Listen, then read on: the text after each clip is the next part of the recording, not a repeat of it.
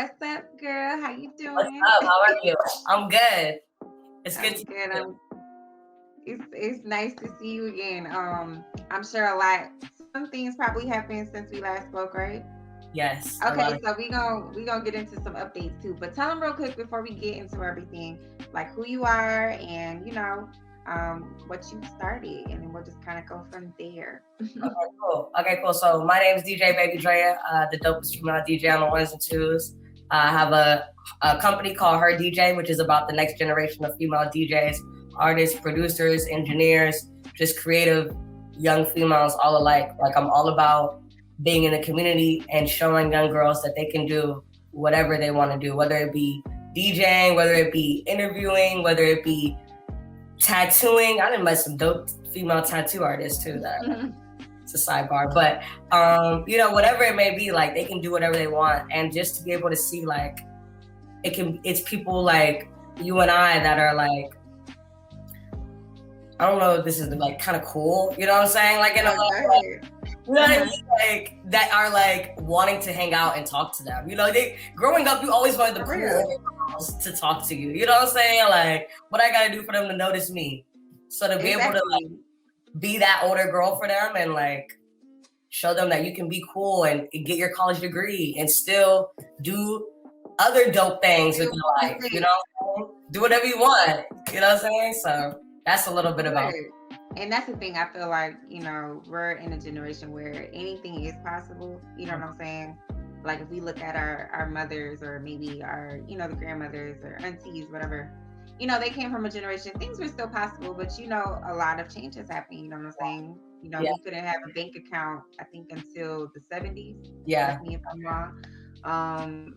Of course we, couldn't vote at one point, our role was kind of just being the matriarch of the family, right. You know what I'm saying? So, and it's not saying that necessarily, well, of course, our mother role is still there if that's the route we want to go, but it's just so much more opportunity for women. So that's really dope that you are inspiring the youth so you can keep that going. You know what I'm saying? Right. So, so let's talk about HERdj. So like how did the concept come up?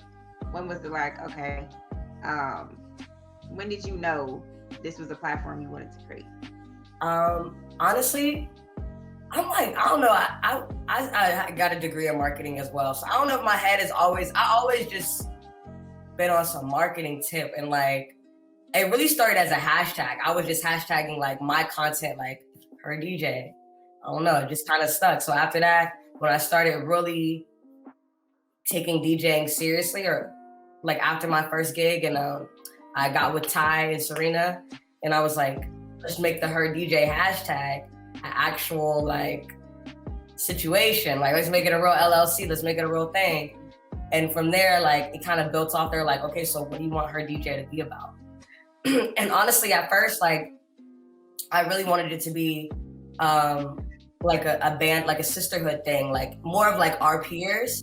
I always wanted to be about the kids, but I also wanted it to be like, yo, when I got into DJing, like I was going up to other female DJs like, can you teach me a thing or two? And I'm not, it's not even on no shade thing, but sometimes it is like, to a lot of people, it's a competition thing. You know what I'm saying? And like, look here. I'm not like that, bro. Like I don't really like, I know the role that I play in people's lives, and I understand the role I play in people's lives. I'm not threatened by that. So it's like, I don't feel like no type of way about showing you how I got here. You know what I'm saying? The same exact steps. At all. Like, cause you know what I'm saying? Either you gonna execute it the same or you're not. Like, I don't really care. It's not gonna affect me. So when I was coming in, like, I wanted other DJs to embrace me, other female DJs to embrace me. And I wasn't getting that. You know what I'm saying? Like, I'm not gonna lie. Roots Queen dead. Shout out to Roots Queen, who's the OG in the city. She's Daytoven's DJ. Like, she's super fine. She embraced me from day one. But I tried to do the female coalition thing. It wasn't really working, but it's okay. You see, now it worked, whatever, that works. So it didn't, right. But throughout that whole time, like, I was always doing the back to school drives and like going to the schools, the elementaries and the middle schools and performing for them. So like that was always, I always got like a natural high from that. Like the kids' energy is just, it's pure, bro. Like they care. You know what I'm saying? They mean it. They really want to be there. Look, they tell the truth. They tell the truth. You know what I'm saying? If you're not doing it right, they go, hey, play this song. You know what I'm saying? They're gonna keep you hip. So, you know, after seeing that, I was like, all right, let me just get really focused on the kids. Like, this is clearly what God is showing me I need to be doing. You know what I'm saying? Like, focus on the next generation, mold them. So that's what I'm on now, is full throttle with kids. Like, everything I'm doing now is to be able to show that, like, I just, you know, we'll talk about it probably in the thing. Like, I just got off a tour. But me getting off that tour with Kodak is really just so I can tell kids, like, yeah, I went on tour with Kodak. So you can go on tour with who you want to go on tour with. You know what I mean? Like, let's work, let's do it. Mm-hmm. It's bigger than us, you know? That's how I am. It's just bigger than us. Wait, and look, that's what we were talking about before. Way bigger than us, you know what I'm saying? And that's big respect to you. Give it back to the youth, because kind of like, you know, I didn't really have, well, I had my mom, and I think we kind of spoke on this before, but you know, you have your parents, but I didn't have like any older siblings, so it was just kind of me. Yeah. I don't know about you, but you know, I didn't have brothers. I had older brothers, but you know, it's different. Like, it's different, man. Yeah. Way different. Look, I got a younger brother, so some similarities there. But yeah, it's like, you know, you kind of being the only girl. I'm guessing you're the only girl. It's like, you know, you got to figure out a lot of stuff on your own. Sometimes you may come, like, I don't know about you, but I think having a brother has made me have a stronger personality, and it kind of comes off threatening to some people, like, you know, so, yeah, I can tell you have a strong personality. So yeah, I mean, respect that you can be that vessel for the kids to, you know, really say, you know, you can do this. Because I didn't really find my purpose until later in life. And I wonder if I had a mentor, if I would have been able to be more focused on that. So, I especially like now, like, you know, when people get out of college, bro, like, I have so many peers that are just like, yo, I wish I was you. I wish I knew my purpose. Like, and I'm like, y'all is, you know, dang near wanting to hurt yourself for this. You know, we like 25, 26, and you're like, I didn't know my purpose. And I agree. Like, I wish I would have knew. If I would have known I wanted to be a DJ at 12, like, it just would have changed the game, you know, but it's cool. You know, I think that purpose comes at the right time, but I do agree, like, that type of you can't learn that in school. They're not going to teach you your purpose in school. You know, so it's kind of like something you find along your journey, you know what I'm saying? But yeah, it's kind of like a sense of enlightenment, you know what I'm saying? But it's just, shout out to you, because a lot of people in the industry are so self-focused. So yeah, people are trying to, you know, self-focus, saying, if you want to be me, just say that. Like, okay, maybe somebody is inspired by you, but don't, you know, of course that might be some lyrics or something, but I'm on your side with that. I really be bugging out when people post that. I'm like, don't nobody want to be you. Come on, you know what I'm saying? Like, no shade, no tea, just relax, you know? Look, it did it for me. Okay, because you know, Nicki just dropped or re-dropped her mixtape, added some new songs, whatever. But you know, you just see how quick people jump on the bandwagon. Like, you know, when everyone hated Nicki, right? Everybody hated Nicki now. Oh, we love Nicki. She's right. Oh, okay, right. But y'all all grew up on her, listening to her. But okay, and of course, we all have our favorites. But it's just kind of like, it just go to show you that people are so self-focused, and like they jump on the band, whatever, girl. Yeah. Everybody's just lost.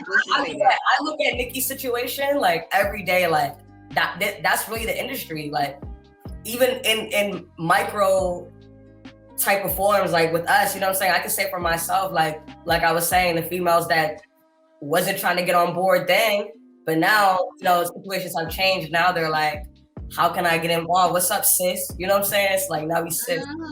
But you know, it's cool. I don't stress it. I understand that's how the game goes, but it's just people just watch. Look at your views. Don't look at the likes, look at the views. Don't even look at them. Yeah, it's so many apps people can still watch without showing that they watching. Like, don't let they pay pages, all of it. Yes. So okay, so what do you feel like you bring to the music industry that makes you stand out from other DJs? And it's not like, I'm not making this like a competition thing Yeah. or like I'm better than, but it's just like, what do you feel like makes you stand out? Like, this is me and it's what I stand for. Man, I feel like I'm just really cool. Like, I don't know how else to say that. Like, I really just like, I don't really have any like, my intentions are always pure. That's what I'll say. Like, I always have pure intentions.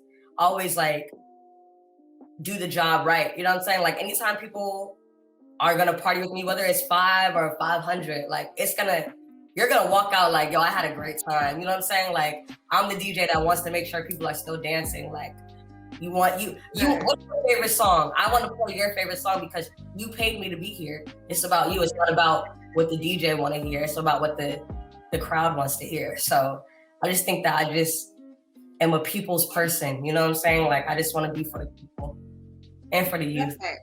When did you start DJing? 4 years ago. It's crazy, right? Not that long. What was what was the experience? Was it, I think I remember the story, but I want you to tell them again. So tell us the story of like when you was like, okay, I guess it's for me. Let me do this. Yeah. So like 4 years ago, I was me and my homegirls, we were on the way to where I'm from, Northern Virginia, DC area. So we went back, we was up there. And I don't know, I just downloaded like virtual DJ, which is like a computer thing. And it's really crazy every time I tell the story because it really is God. Like, I swear, because I don't know why I downloaded it. It wasn't nobody that told me to download it. I was just like, let me just download this. I always wanted to DJ. Not always wanted to DJ, but I always made mixed CDs, you know? So I was like, okay. I taught myself from that. And my homegirls were on my ass. Like, they was like, nah, you got to make that transition better. You got to do that. Like, but I needed that. Like, I needed that type of like, they weren't playing with me. They're the reason I'm here now. They really are. So after that, like a couple months went by, I had bought like a little controller and I was just like, just playing around. I wasn't really still taking it serious. I was thinking like, I was in college. So I was thinking more like, where can I get money? You know what I'm saying? Like, yeah. I was on my corporate stuff for real. So I got a little PR internship at the Garner Circle, which is a big, PR firm in Atlanta. Yeah. And that's where I met Ty and Serena, who are like my sisters. And we went to like an intern lunch. And Nicole, the owner of it, was like, do any of y'all know a DJ? I need a DJ for Saturday for my nail salon. And Ty and Serena were like, Drea, don't you DJ? And I'm like, yeah, I DJ. And she's like, okay, you got your equipment? Like, you can be here Saturday at 4 o'clock? I'm like, yeah, I got you. I ain't have no speakers. You know what I'm saying? Like, she thought I had them. I had to call my homeboy. He's like, yeah, you can come get my speakers. But, he went to UGA. So he's like, you got to come down here and drive it. So I'm like, okay. Dedicated. Look. Literally, drove and got them, did the gig.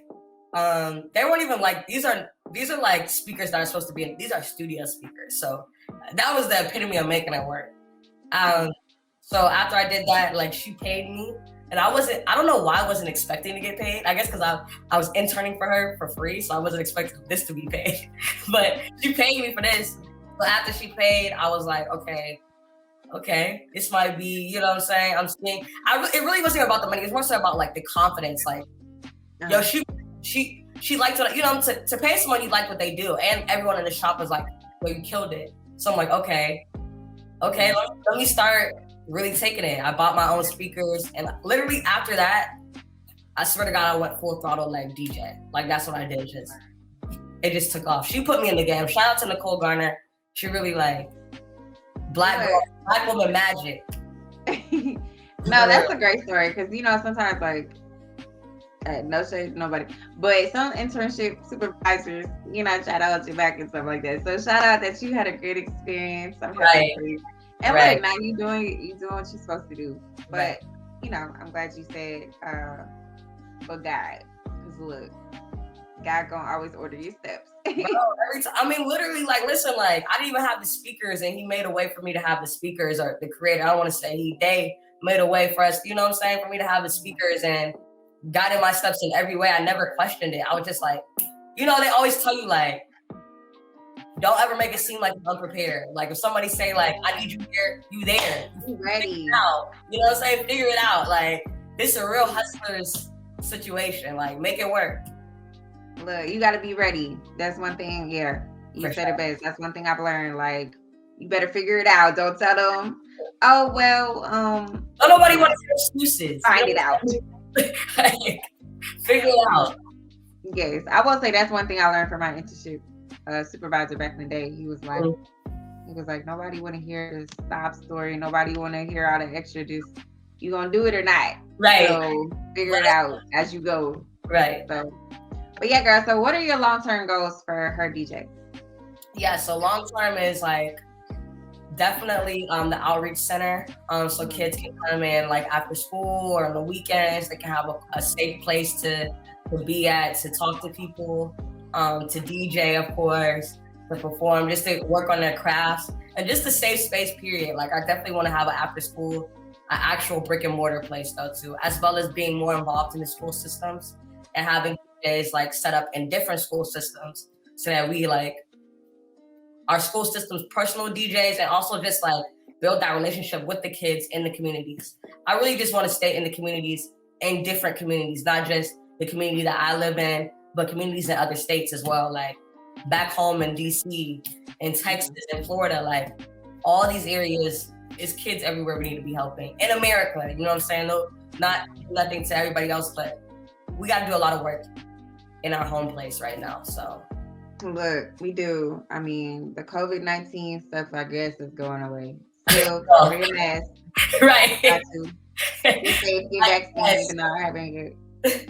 But we working towards it. But yeah, I think this is definitely a time, you know, especially with the racial injustice that, you know, just popped up out of nowhere. Right. But anyways, you know, yeah, this is the time to definitely form a community and, you know, make sure kids have a safe space, because you really don't know sometimes, and I think we spoke on this before, it's like sometimes kids won't show that they're not really okay. You know what I'm saying? Because, you know, I remember growing up, my parents would be like, you too young to be stressed, right. You too young to be sad, get over it. Right. You know, and so now these kids are really exposed to like social media. Like we had like what, MySpace, Facebook, but it's different now. Stuff now. Yeah. It's scary. Yeah. So yeah, what are your long-term goals for HERdj? Yeah, just like I said, doing the brick and mortar, definitely like being in the community, definitely the after school programs, having kids come to the schools, and then like having like many concerts and stuff for kids, like bringing more artists to the schools so that they can perform. Like every time I play any like if it's a hot song, anytime I play it for the kids, they go crazy. So it's like I definitely want to bring artists like, yo, kids are what break the artists. Like they're what make songs. Like they look at Old Town Road. You know what I'm saying? Kids do that up. TikTok is the thing right now. You know, TikTok. Like you got to tap in with the kids. The kids know what's going on. No facts. So tell us real quick about Chapping from the Basement. Like, what is it like being their DJ? And how did that come about? Yeah. So you know, it's an honor to be Bigger Rankin's DJ. You know, he's the OG, of course, in the music industry that's broke several artists, you know, Jeezy, Gucci, Nicki Minaj. Like, it's not an artist he really hasn't, like, helped grow in any way. So to be able to be, like, on that level is just, once again, God. Like, when I met him, we were actually booked for the same gig. And he just walked up to me and was like, I really like the way you DJ. Like, I want to help you. Like, I want to put you on, essentially. And literally, that was a year ago. We've been locked in ever since. Like, we just like, that's really my family. Like, it's really like, I really have so much love and respect for him. So Chapping from the Basement is a dope platform. You know, we have artists come through and they perform their song. And they just go crazy in the basement. Like, it's really, we do interviews as well too. Yeah, it's really lit. It's lit. I did a little interview. You put me on the spot yesterday, man. I felt like you made me interview somebody yesterday. I'm like, man, let me think of some questions real quick. I'm crying. No, look, It's like that some days. Luckily, I have a team now that helps me, but it's been sometimes. It was a app that saved me. I was like, thank God. Nah, it's when you receive the talking points 5 minutes before. You like, how is that gonna help me? So you just for real. I'm like, make it happen, I suppose. Hey, you just gotta make it work. Right, like you said, be ready, stay ready. Literally. But what was that? It was something I was just about to ask you. Something you said, but yeah, that's dope. Let's see.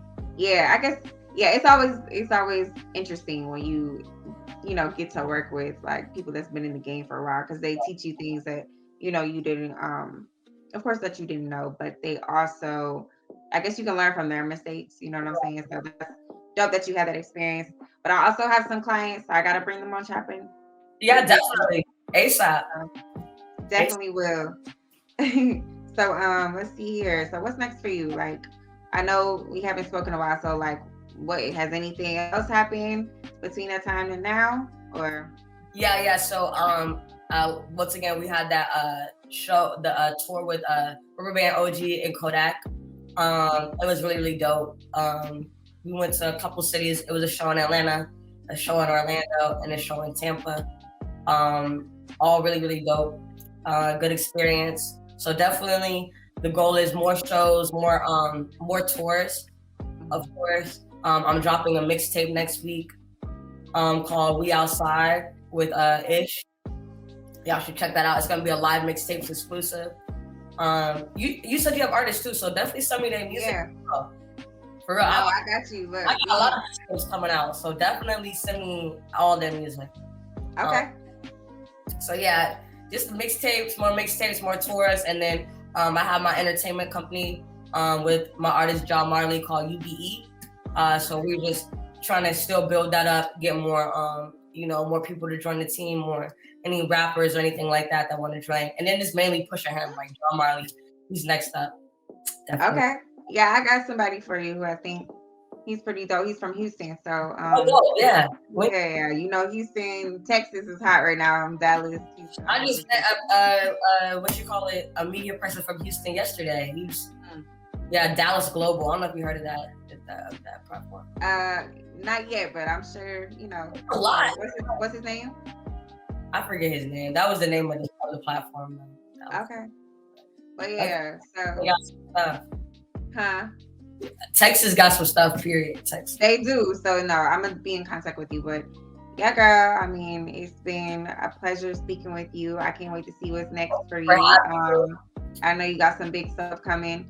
We have survived COVID-19 by the grace of God. Look, a lot of people didn't. So it's sad, but hey, it's life. I don't know, girl. Right, it's life. It's been a pleasure, and I will see you. Okay.